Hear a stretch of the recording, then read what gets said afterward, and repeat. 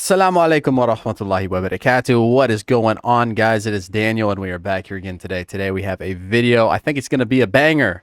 We got Mr. Patrick Bet David. I think that's how you say his name.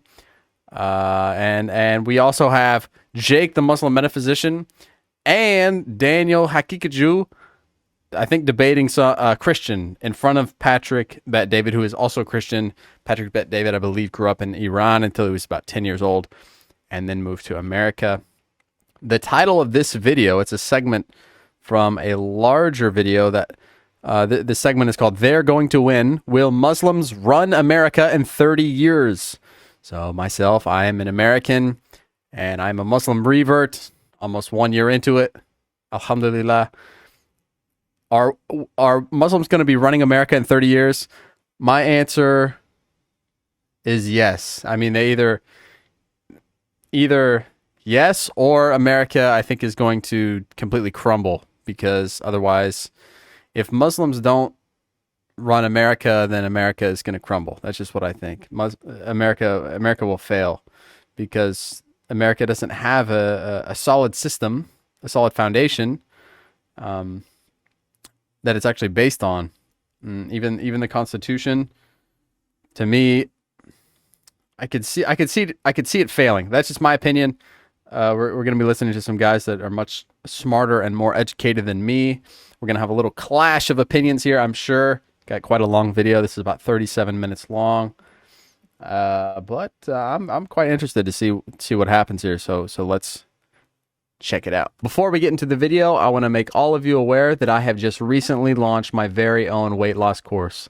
This course is the culmination of everything I've learned and that I've taught through my past 3 years of coaching people through weight loss. This course is designed alongside the physiological laws of the human body. There's no calorie counting, there's no fasting required, none of that. It's very easy to follow, and it's a nutritional system that you can follow for the rest of your life that will change your relationship with food and allow you to reach your body composition goals. If you're interested in learning more about it, check the link in the description. The question I would have is, I lived in Iran for 10 years. I don't know if you guys have lived in a Muslim nation before. You lived, obviously, you lived in Morocco. Have you lived in a Muslim, No. You're here. So I lived in Iran 10 years as a Christian family, and we would go to church, and I went to Christian school.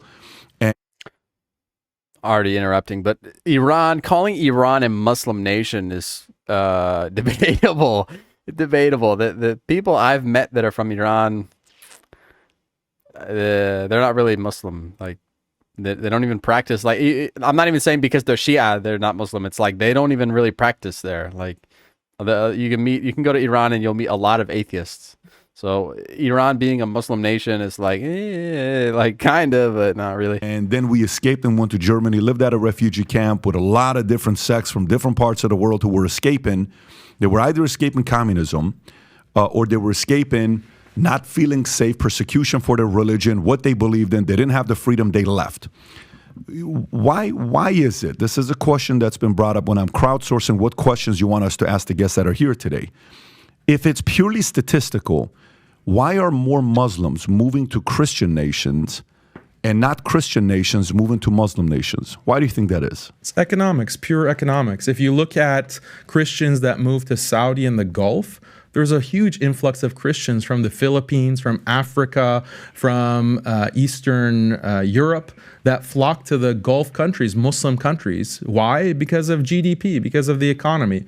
The influx of people of all religions and cultures to the US, to Australia, to Europe, it's purely because of economic opportunity, not because of there's some kind of better way of life. The way of life in the US, and I can talk to you because you lived 10 years in Iran, the culture of traditional societies, especially Muslim societies, is much more conducive to family. It's more of a family, community-based life as opposed to an individualistic, rat race, everyone is out for himself type of lifestyle that you live in the West. And that's because of the hegemony that we're talking about, because of liberal secularism, because of this pursuit of happiness at the expense of all else. When you have a religion that values family, marriage, look at the divorce rates. Look at how, I have 5 sons of my own. I'm very worried about, will they even be able to find a wife who will be faithful to them and who will want to have children, my grandchildren, who will be faithful. Look at the divorce rates. Look at the infidelity rates. Look at all of the social problems that are infecting Western societies. Why is that? I'd argue it's on the basis of leaving traditional Christianity, leaving traditional Islam, reforming Daniel these going religions. That's the problem. Look at someone like Reza Aslan. You interviewed him, I had him right? on, yeah. And you had a brilliant comment. You said that, Reza, when you're talking, I feel like you're an atheist. You're arguing, I don't think that you're actually a Muslim. Like, you're not talking like you're a Muslim. You're talking like this progressive, liberal, atheist type person. And that's what's happening to everyone because of these political forces. And we have to resist that. We have to resist those kinds of influences in order to preserve marriage, preserve family, preserve community. That exists in the Muslim world, but it's being eroded. So why are you still here? Why are you in America? Why don't you go to a Muslim nation? I would like to do that, but the thing is that the West has declared war on every traditional society. If you don't implement Western-style liberal human rights, quote unquote, like you don't legalize homosexuality, you don't legalize transgender, you don't legalize feminism, all these things that are destroying marriage and family, we're going to bomb you. We're going to sanction you. We're going to starve your people. It's not safe for Muslims to be in Muslim countries. It's not safe for traditional Christians. Traditional Christians quoting the Bible within Europe are being put in prison for quoting the Bible. They'll literally quote a verse from Leviticus, or they'll talk about Sodom and Gomorrah. They're put in prison. This is a war on all traditional religions. And there's not a safe place for a traditional religious person in the world today because of this dominant global power. Daniel So is your sharp. argument is economy, capitalism, a capitalistic society. So then the question would be, why don't Muslim regions accept the principles of a capitalistic free society to be able to attract other Christians? Because when you hear some stories, but I got that. Brother Rashid, do you have a response to him on this question, specifically the question I'm asking? Why do Christian nations attract Muslims, but Muslim nations not attract Christians? He said the economy is the first reason, Yes. but other reasons exist. Guys, book in front of him, The Ideology Behind Islamic Terrorism. That's funny. Islamic terrorism doesn't exist. There's no such thing as terrorism in Islam. Too. I have seen so many Saudi girls leaving Saudi Arabia, going to Canada and the US and the UK, asking for asylum because they don't have the same rights. And they are forced to stay as a second-class status. Women is not treated well in Muslim countries. I have seen people who are leaving Morocco and other places because they don't have freedom of speech. And if you say anything against Islam in Egypt or Morocco, or for me, for example, why I left Morocco. I love Morocco. I would love to live among my family, but I left not because of the economy. I was doing well, but because I don't have freedom of religion. Because you're writing books called The Ideology Behind Islamic Terrorism, which makes absolutely no sense. And there are many countries are like that. If you open the borders in Europe and the US, you have almost probably, I can't guess, but like probably 90% of Muslims will go to the West, not just because of money. It's because of other reasons. They are oppressed there. And our brothers, they have their solution to what will live is not what I am. It's either money or it's they want to put the pee-pee in the poo-poo. Here. Of course, we have a problem in the West, but the solution they are given is worse than what we have today. For example, LGBTQ, whatever, they will kill them if we bring, let's say, let them govern with Islam today.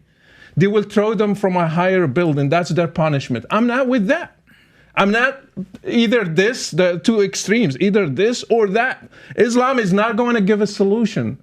Why we have human rights in the West? Why everything we are enjoying today, it came from the West. For example, women's rights came from the West. What? Abolishing slavery This guy came from the West. What? Wait, what did he say? What did he say? What came from the West? A system. I think I went forwards. Hold on. Sorry. Came from the West. Abolishing slavery came from the Abolishing slavery came from the West. West. Freedom of speech, freedom of religion came from the West. You sure, dude? You name it. Just give me anything. Democracies came from the West.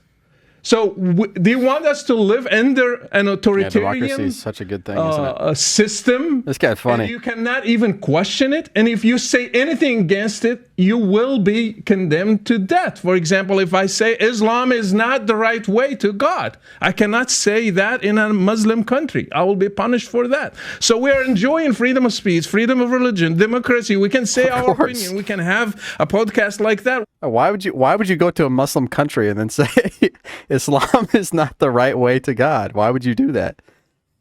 You know what I mean? That doesn't make Without any a problem. sense. Guess what? In Morocco, when I became a Christian, we met as Christians in closed doors. We couldn't sing. We couldn't baptize people. We couldn't name our kids Christian names. You cannot name him Luke or Mark or anything. You have to name him Muhammad and Omar and Abu Bakr. You can't name them Christian names. This is not true. It's true. I lived it.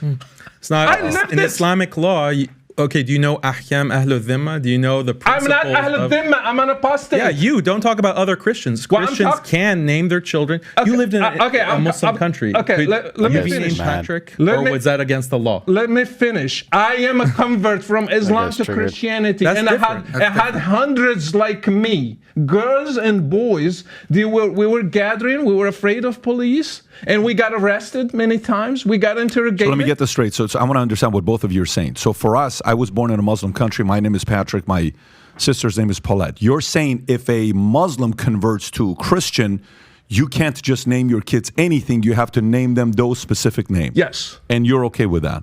You think that's normal? I said something even more than that. I said that the punishment is death penalty. So forget it. That's what we talked about At the beginning, right? Apostasy, totally get it. So for you, it's not even your level for that is for somebody to go. But why is that? But that's not the treatment of all Christians. I That's totally not get the that. But treatment of Jews. why do you believe that? Why do you believe if a Muslim becomes a Christian is the death penalty? Why do you Well, believe this is what I want to explain is that, first of all, this is found in the every same in the religion. Bible. It's found in every culture. The idea that you have to have punishments for defection, meaning that if you abandon the group, you are threatening the group. And that's why every business, every university, every society has community guidelines, for example. Yeah. If you violate the community guidelines, it's not called blasphemy, it's called a violation of community guidelines. You're expelled from that community, you face consequences. But it goes beyond that because you have restrictions on your speech, right? We can't look at this YouTube channel. I can't say certain things on this live stream. Otherwise, the video will be banned. Your channel will get in trouble, and then you can be prosecuted. You can face all kinds of consequences. Again, go back to your Glenn Greenwald interview, your interview with Whitney Webb. Patrick's looking at him like, don't say it. Power Don't say it. structures that restrict speech. They restrict thought. Why? In order to preserve the power structure. Every religion has this. Traditional Christianity, that's why heretics were punished. That's why apostates were punished in Let me ask Buddhism a follow up on that. Sure, So when you say to me, I've interviewed almost any of the major living mobsters. I've had them on the podcast before. I don't know if that's your stuff that you would watch, but I've interviewed a lot of them. Sammy DeBull, Michael Francis, a lot of these guys. Okay, so I can see you with your last name. Yeah. So when I interview these guys, one of the things that they have, and Sammy is a very much of he says, look, I'm a mafioso. I'm a true mafioso is what I am. Till today, he's in his late 70s. He still says that, right? If you step away from the life, you could get killed if you step away from the life, right? Okay, you chose this life. You celebrated when you become a made man. Now you want to leave?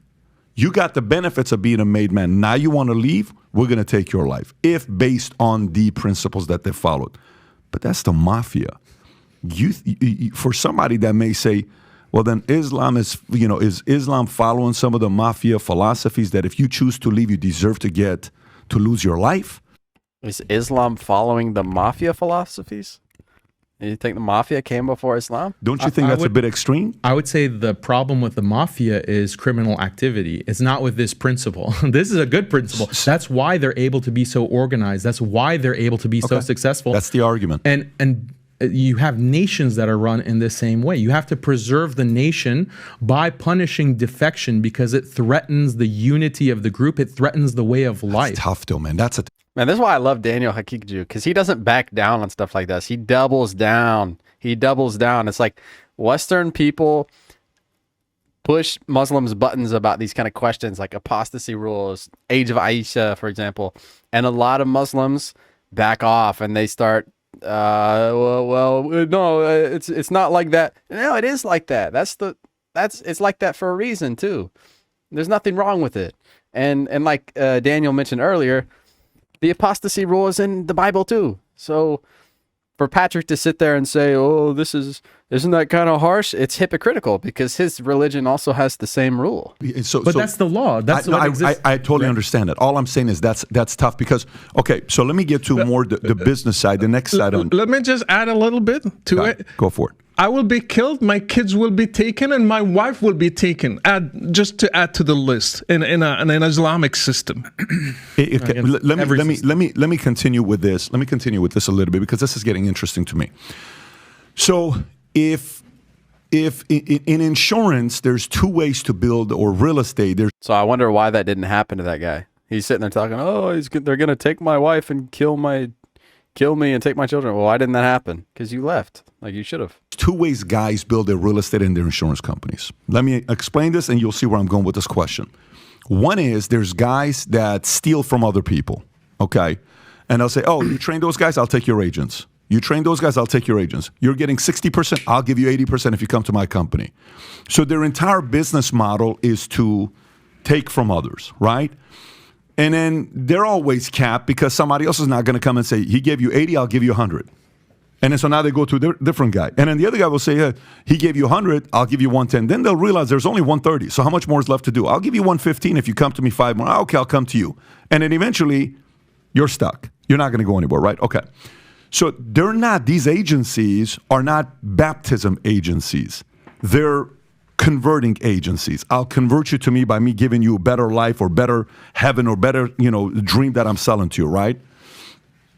For me, the way I see it is and then the other side is guys that recruit people from other industries and they make them realtors. So I'm working at Sears. You should consider getting a real estate license. I convert you. You're a nurse. You should think about being a realtor. I become a realtor. So you understand the two examples I'm giving. I'm recruiting other realtors. I'm converting somebody into being a realtor. Hence, religion, Muslim. I'm targeting Christians to convert them. No, I'm converting people that are becoming Muslims, or just we're having more kids, and that's how we're going to grow a religion. Okay. So the criticism and fear that a lot of Christians will say, non-Muslims will say is, if we go the way we do right now, one day Muslims are going to run the world. Do you not fear that? And you'll hear that. Okay. And by the way, it's a fair argument because right now the number is, give or take, the Muslim population worldwide, I think, is around 1.7 billion, and it's expected by 2060 to grow by 74% to 3.1 billion. Today, they're 24.1% of the world population. By 2060, it'll be 31.1%. These are some real numbers that they're increasing. And Christians will say, "Well, are you not worried about that? Are you not worried about that? Are you not worried about that?" Okay. So then my argument becomes, because I'm a data guy, Muslim women have 2.9 kids per woman. Christians are around 2.5, 2.6. Non-Muslims are 2.2. And the replacement game, you need to have 2.1. Yeah. So 2.1 is a replacement game. 2.2 is non-Muslims. Christians are 2.6. And then you have Muslims eating away 2.9. By the way, in the 90s, you were at 4.3, 4.5. In 1990, 1995, 30 years ago, you were at 4.5, 4.3. So where am I going with this? So where I'm going with this is, if this goes the way it does, and they do what they do, it is very natural that the Senate, that Congress, that House, that governors are going to be ran by Muslims. Right now, you have 3 that are there. You mentioned the names earlier. There used to be 1 in the past. That's 4. But we had 82 in the midterm election who are Muslims that got elected to city, state, different kind of jobs that they had record-breaking ever, right? So if I don't look at it from the faith standpoint, if I don't look at it from the religion standpoint, if I don't look at it from the argument of who's right, who's wrong, Muhammad, Jesus, if I don't look at it from there, I would simply say their strategy of growing is kicking Christians' tail. Mm-hmm. So then Christians can either sit there and complain about it, or they can do something about it. But Christians don't want to have that many kids. Christians are not having 4, 5, 6 kids. He has 5. You said you have 5 sons? Five sons? Okay, he's got 5 sons. I don't know how many of you have 5 sons at this table. I got 2 and 2 girls. 5 sons is going to be the rest of us, right? If he's going to keep having these kids. So what is your solution as a Christian? And I'm purely talking business right now. The business of religion is what I'm talking right now. According to the business of religion, they're going to win. And there's nothing Christians can do about it. By the business. You can sit and argue the faith all you want. They're getting their people and their kids baptized because their job isn't recruiting Christians to become Muslims. They've only converted 20,000. That's not a lot. It's not a big number. But they're getting more kids, and they're raising their kids with the loyalty to the parents, and they're following that faith, and they're growing bigger, and we're not doing that. What are your thoughts to that? Well, if you're asking me what the solution is, obviously Christians have to recover a sense of their faith and a sense of what's at stake. Because what you're talking about will happen if this continues is that the United States will look like Egypt or Saudi Arabia or Iran. Those were not always the heart of the Islamic world.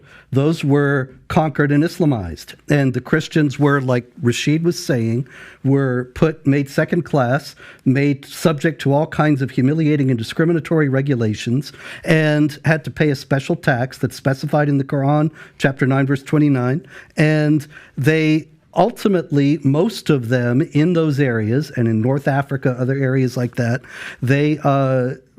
many of them thought, why am I suffering this and having to live in this way? All I have to do is convert to Islam and I can live a decent life. And most of them did. And so you have areas that were 99% Christian and now they're 99% Muslim.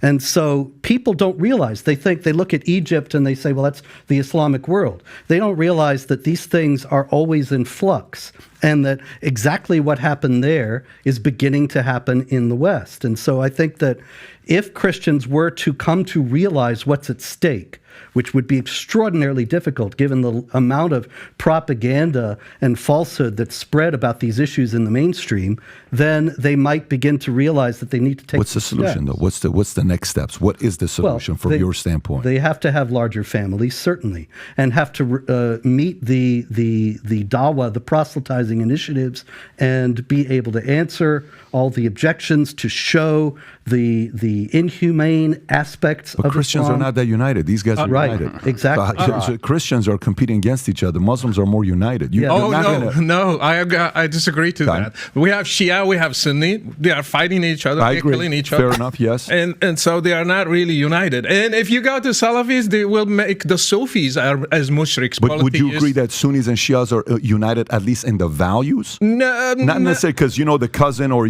that's the history part where who got the passed down. I'm talking purely values and philosophies. You know what? Muslims will claim we are 1.7, and when you ask them details, they will be Ahmadis are not Muslims, Shia are not Muslims, and you will find just the guy in his mosque at the end instead of 1.7. I lived that. When you really scrutinize them, you will find just the guy in his mosque. They are the ones. Actually, Muhammad said his people will divide to 73 groups. And one of them only go to heaven. So 72 of them, they're just like kuffar. They are not really Muslims. So let's go back to that.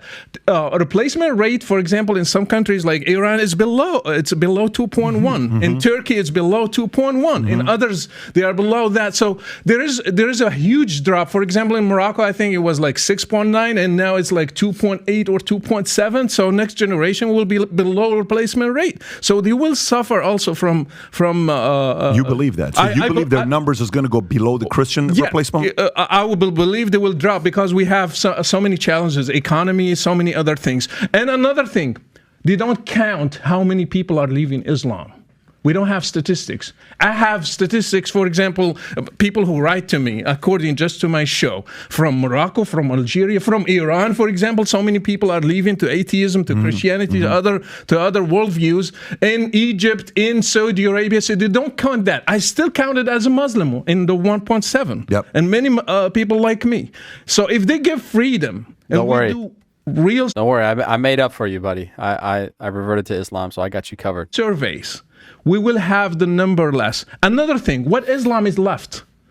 The West forced Muslims to abolish slavery, to not practice the real Islam, like amputing hands and feet and crucifying. They are now forcing them to have one wife. So Islam, the version of Islam in the Muslim world is not really what they are preaching. So what Muslims do we have? According to their standards, probably most of them are kafir. And not only that, it's because of the death penalty for apostasy that this is unreported. But also there was a survey, and people did answer the anonymous survey recently in Iran. Only 40% of the population identified as Muslim. Now that's extraordinary, and it shows how inhumane Sharia Islamic law Who is. ran that poll? Who? I don't remember who ran it, but it's easy to find. We can look it up Rob, here. can you look it up? 1979 to now, we've had Islamic law in Iran, and now 60% of Iranians have rejected Islam. That's because they've lived it since 1979, and they realize how much they don't like it. Yeah, I just want to comment because they're talking a lot about the supposed disunity amongst Muslims as if you don't have that in Christianity, right? Oh, yeah, you do. You do, right? So, Rashid, I know that Robert here is Eastern Orthodox. He used to be Catholic. What denomination or sect of Christianity do you belong to? Because we are converts in Morocco, we don't follow anything. We just follow. I'm saying, the like, gospel. do you go to a specific church? I went to many. Orthodox, Protestant, I don't care. Okay, so anyway, my point is you have the three main sects in Christianity, the Protestants, the Catholics, the Eastern Orthodox. Historically, they fought with each other over very, what from the outside people would think, well, why are they fighting over this? I mean, today, the Orthodox and Catholics are fighting over doctrines like the filioque, whether or not the Holy Spirit proceeds forth from the Father and the Son, or the Father alone eternally, and they're completely divided on this, and call each other heretics and all kinds of stuff. So to act as if, right, there's this division among Sunnis and Shia, when, as I think Patrick rightly pointed out, we have much more in common in terms of our actual values. We differ in terms of certain historical doctrines, but that's another story. On the other hand, you have so many different sects within Christianity, so many different denominations, all of them disagree and consider each other to be heretics. So for you to make that accusation and critique of Islam, I just don't think is correct. It opens up. But look at the history of. I think Jake's right here. I think looking at it objectively, myself being a Christian previously and now being a Muslim, I'm aware of all the different differences in opinion and these kinds of things in Islam and differences in belief. But I would say that overall Christianity is much more diluted and divided than Islam is. I think I'll go out on a limb and say that. And I will say a lot of what that dude said, the Moroccan dude said about it, like, yeah, for example, Salafis and Sufis and this kind of stuff. I think he did over exaggerate a little bit, but it's still at least partly true. But yeah, I think like the Christian world is so much more diluted. Like, I was an Orthodox Christian before, and if I were to go to America and talk to an American, normal American person about Christianity, they would have quite different beliefs than me. As far as like Trinity, like very basic beliefs. So I think Christianity is more divided and is well, not even about the belief, but like you mentioned, the values, the life values, how they actually live their life.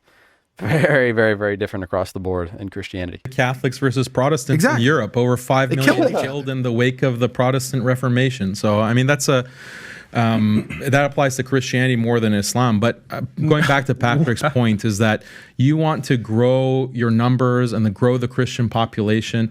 I want to help Christians grow, because I think a world that has more Christians is better than a world that has more atheists. But how can you have more Christians when you don't really believe in the Bible? We have the seeds of the destruction of Christianity right in this podcast, because when you look at the way that Robert and Rashid describe the Bible, they describe it as a book of fables, and it can continue to evolve. I didn't say that. This is going Robert said to that. this is going to Not really. cause apostasy. This is going to cause a decrease in faith. Like, why should I take Christianity seriously when it just evolves and it changes over time? I can't connect my practices and my beliefs as a Christian today with the historical Jesus. So why am I going to maintain myself as a Christian? And then also the whole theology, which we haven't discussed at all today. Like, The 95%. monotheism is 80 to 90% of the world believes in monotheism, in one God. And monotheism is a central, crucial, the most important part of Islam. The belief in one God without partners. He is not like anything. This is a very powerful belief that 80 to 90% of human beings profess in this day and age. And Islam represents that in its theology and emphasizes that in its theology. But if you have a Trinity, or you have a theology that is not really clear, is Jesus God? Is there a Godhead? Is there this other system? Do we go by the Catholics, or do we go by the Orthodox? Do we go by the Protestants? You don't have a consistent theology. Sunnis and Shias, they all agree on monotheism. God is one. He is not like anything. They agree on the Quran. Yeah, there can be some theological differences and nuances between different schools, but there's not the same kind of disparity or variance between Christian sects and this idea of the Trinity, which frankly no one can understand. Like, what does it mean to be three in one? Let me not gonna respond win to any- that. Let me respond to that. I also. My brother is mentioning divisions between Catholics and Protestants. If I go back, there are divisions among the follower, the disciples of Muhammad, the Sahaba themselves. They killed each just a other. You know that finger the pointing wife of game now. Muhammad went and killed the followers of Ali in Mawqi'at al-Jamal. Thousands died among the first disciples. This didn't happen between Peter and John, by the way. And so if you go to Islam, from the beginning, they fought each other, and they had divisions from the beginning. You know that, for example, the fight over the Quran was created or eternal. They fought over that. And actually, one time they had the whole caliphate going one way, the other time they killed people who believed that. So you're trying just to give a fake picture. There are divisions, there are killings among Muslims all through history, from the beginning, from the start, which didn't happen within Christianity, by Paul the way. and Peter and James. Oh, they didn't kill each other. They didn't kill each other. because they didn't have political authority. Okay. Oh, wow. Were they fighting each other? Who Yes killed, or no? Who that killed guy's triggered. Ottoman, for example? Who killed Paul and who- Peter and James, were they at war? Were they fighting? They They were not fighting. Okay, They weren't? Fight is It was to all take peace? an army against another one. Aisha If you took don't- an if you don't army have- and killed people. If you don't have an army, you don't have it's political power. You have This you completely destroys the point. You lost your argument. You're trying to make a false analogy here. You lost Yes. your argument. This is not an Also, analogy. You're not gonna you're not gonna win over any Christians by The Romans making didn't allow them to constructing kill these each other. straw man arguments that completely misrepresent But- what and I was let's- saying. But I would say this, Strong but man. if I may, and I want to hear your thought, just a quick rebuttal here. My point earlier is I don't think they're trying to convert. Because I think, Christians? hear me out. Oh, sure they are. I'm sure they are. I'm sure they are, but I don't think that's where they rely on. The earlier point I made, their strategy on outgrowing Christians is to internally Yeah. raise Oh, sure. kids from the beginning rather than converting. Oh, yeah. That's the way they're going to be, able to do what they want to do. So if you want to Yeah. respond, go right ahead. Well, they are obviously converting Christians because Jake is here, but the fact is 20,000. that Islam is not really that attractive a message, and so there aren't many It is people very who are attractive. converts. Most of the people, like you're saying, the reason why it's growing is because of polygamy and because the women have many, many more children than women in the West do. But in any case, the points that I was making, you're completely misrepresenting and running with your misunderstanding and claiming I said things I never said. The point that I was making was that the Old Testament and the New Testament, as I said before, are records of an evolving understanding among the people of God. And that because of that evolving understanding, they came to realize that these things had no applicability for all people for all time. The idea that the Old Testament is not applicable for Christians is in the New Testament itself. That's actually a large preoccupation of the New Testament, that they are free, the Christians are free from the law. And so you bring up these Old Testament examples. What about in the New Testament where Jesus says, "I have not come to break the law, but to fulfill it," or something along those lines? Jesus said that. I want to say it's either in Matthew or John.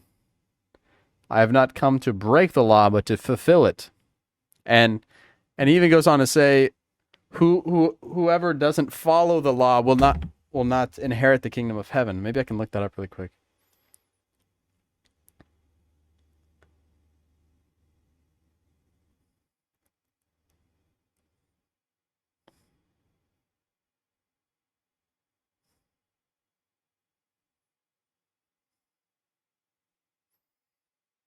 Yeah, Matthew. I've asked Christians about this before too, and they all give me a different answer. They say, "Oh, well, he's actually referring to the crucifixion," but that doesn't make any sense. "Think not that I am come to destroy the law or the prophets. I am not come to destroy, but to fulfill. For verily I say to you, till heaven and earth pass, one jot or one little tittle shall in no wise pass from the law till all be fulfilled. Whosoever therefore shall break one of these least commandments and shall teach men so, he shall be called the least in the kingdom of heaven. But whosoever shall do and teach them, the same shall be called great in the kingdom of heaven." So let me ask you, Mr. I don't know his name, Matthew 5:17 to 20. What is Jesus talking about there? If it's not about the law that was already established. The big difficulty you have is that nobody in the Christian world is thinking this is marching orders for today, whereas people read the Quran. Unfortunately, they do think that when it says kill them wherever you find them, when you meet the unbelievers, strike the necks, and so on, they do believe that these things are marching orders for today, because the Quran does not have these different stages of development. But this doesn't mean in Christianity that just anything goes. In Catholicism and Orthodoxy, you have the apostolic succession and the authority of the bishops who can authoritatively interpret the scriptures and set the doctrines. And those doctrines have been consistent from the beginning. It's not as if it's some free-for-all. Patrick, excuse me, you're interrupting once again, and I never interrupted you. No, I'm asking a permission. Just a second. Okay. In Protestantism, you also have the at least ostensibly, a fidelity to the scriptures, so that you can't just say anything goes and we're going to become LGBTQ now legitimately. Now, there are people who are doing this, and they are mostly in the Protestant purview because they don't have this authority that establishes various understandings of whether homosexuality is sinful or not, and so on. And so they can reinterpret these things, and that is a big problem. Nobody is interested in hiding any problems. But when you set up these straw man arguments and say, "Oh, Spencer said the Bible's fables and anything goes," you're just lying. I never said that. Okay. Oh, you did. I have a comment about statistics. Pew Research Center say Islam gains about as many converts as it loses in the U.S. So 0 at the end. So even the 20,000, you can just cancel them. Another thing, Elias Bayounis, he said that 75% of new Muslim converts, they leave Islam after that. So not many, 75% is a huge number. They go back because they find, usually they are fascinated with Middle Eastern, non-white religion. And it's fascinating. Our brother is wearing even the Moroccan jalaba. He likes it. You like it, right? Yeah. It's not Muslim, by the way, it's Berber.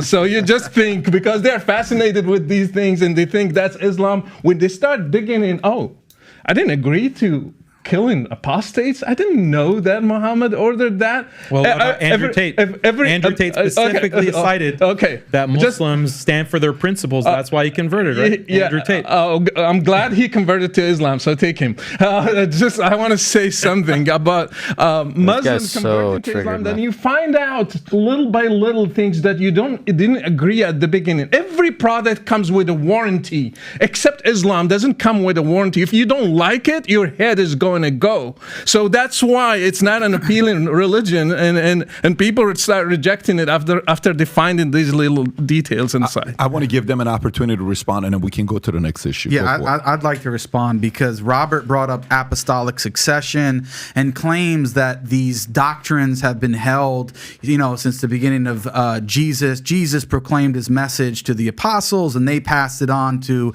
early church fathers, and then all the way down the line, and it's been this consistent message throughout.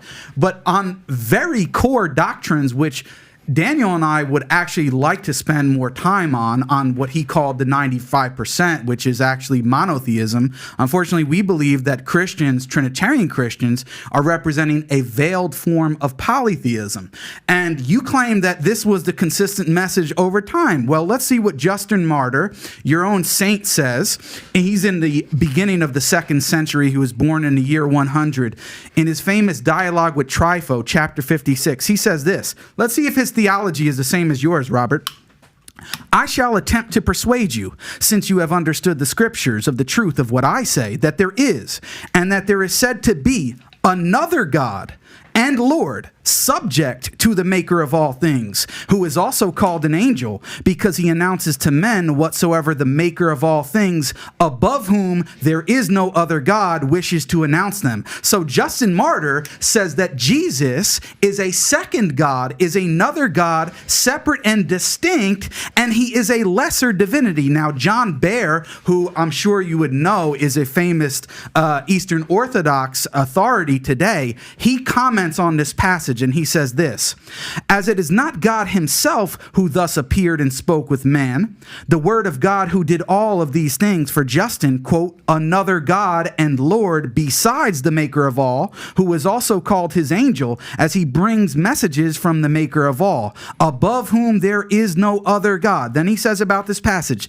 the divinity of Jesus Christ, another God, is no longer that of the Father himself, but subordinate to it a lesser divinity. Now, that's just one example, Justin Martyr, who you would consider a saint. You may even pray to, as the Eastern Orthodox pray to dead saints. But the reality is that your theology, according to you, on the Trinity is actually more correct than the person that you're praying to. And I can go through a whole more list on key doctrines, like the doctrine of the incarnation, the atonement, and the Trinity itself, that the early church authorities like Justin Martyr, Irenaeus, Tertullian, and on up until the 4th century never preached the doctrine of the Trinity, sir. So when you make the claim that your message has been consistent without, well, we see in the very beginnings on the fundamental point of who God is, you did not have the same doctrine. It took to get to the 4th century, and that's why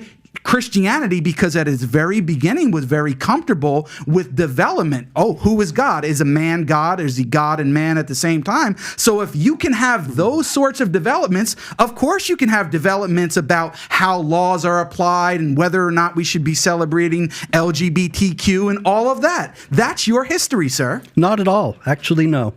The difference is that when it comes to LGBTQ, it's very clear that homosexuality is immoral, and that this is the consistent teaching of all the Christian groups up until quite recently.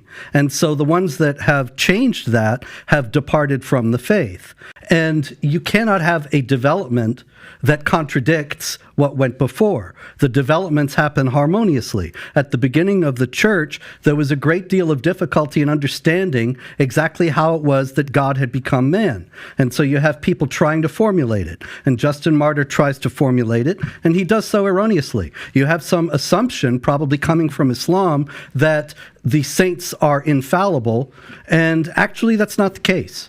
And so you want to quote me fathers of the church from before Nicaea all you want. The fact is that the Trinity was formulated at the Council of Nicaea in 325, and there isn't anything that was 300 years taught by after the the fact. authorities in the church. Justin Martyr was a great saint, but he was not one who was formulating the doctrine and charged with the responsibility to give us what the teaching of the Christian faith is. The Ecumenical Council had that authority, and they formulated it in this way. Now, does this mean that Justin Martyr is a heretic? No, because he comes before that. This Was is he wrong? no, because yeah, he was wrong. Yeah, absolutely. So when he said he's But another God, he was wrong. there's only one God. Right, he We said are there's actually another God, a monotheists. lesser I know that divinity. that Islam teaches that everybody else is a polytheist. I think you are Well, we're not. And so Justin Martyr was wrong about be that. happy to speak and about this that next just time. doesn't pose a problem for Christianity. It does, because as you said, the doctrine of the Trinity doesn't come until the 4th century. So why? No, there all were the- people let me teaching it from finish. the I'll let you beginning. talk, Robert. Justin Martyr Robert, wasn't I let one. you talk. You're interrupting me now. Listen, as I said, you just said that the doctrine of the Trinity came about and was established at the Council of Nicaea in the 4th century in the year 325. We can talk about it another time because we would actually like to talk about theology. We want to talk about that 95%. So maybe we can do that another time. But the point is, and I challenge you, and I will be happy to debate this another time, that in the first 300 years of the church, you do not have a single church father, whether it be Justin Martyr, Irenaeus, if you want to go to Tertullian, although some people think he's just a church writer, down through the line up until the 4th century, they did not teach the doctrine of the Trinity, and I will defend that position anytime, any place. So if you like this clip and you want to watch. There you go. They got severely off topic there, which, that's just what happens when you put two Muslims across from two Christians. I think Patrick wanted to stay on the topic of basically population growth. But of course, the Christians and the Muslims decided to take it in a few different directions. All in all, I think that was a pretty good video. I really like Daniel and I like Jake too.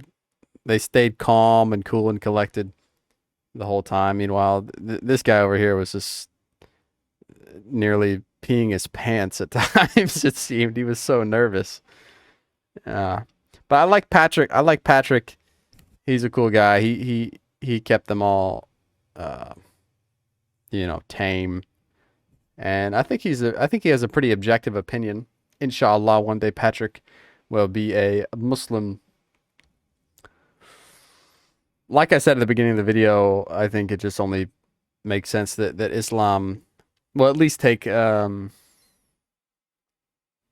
it's going to grow exponentially in the U.S., I believe, because Christianity, it's so funny because Americans think that America is based on Christian values, but actually Islamic values fit in much more naturally, I think, and in terms of freedom and this kind of stuff. Anyway, pretty good video here. They have several other segments from this longer conversation, so inshallah we will check out some more of those, and may Allah bless you all generously for watching this video with me, and inshallah we will see you all in the next one. Assalamu alaikum.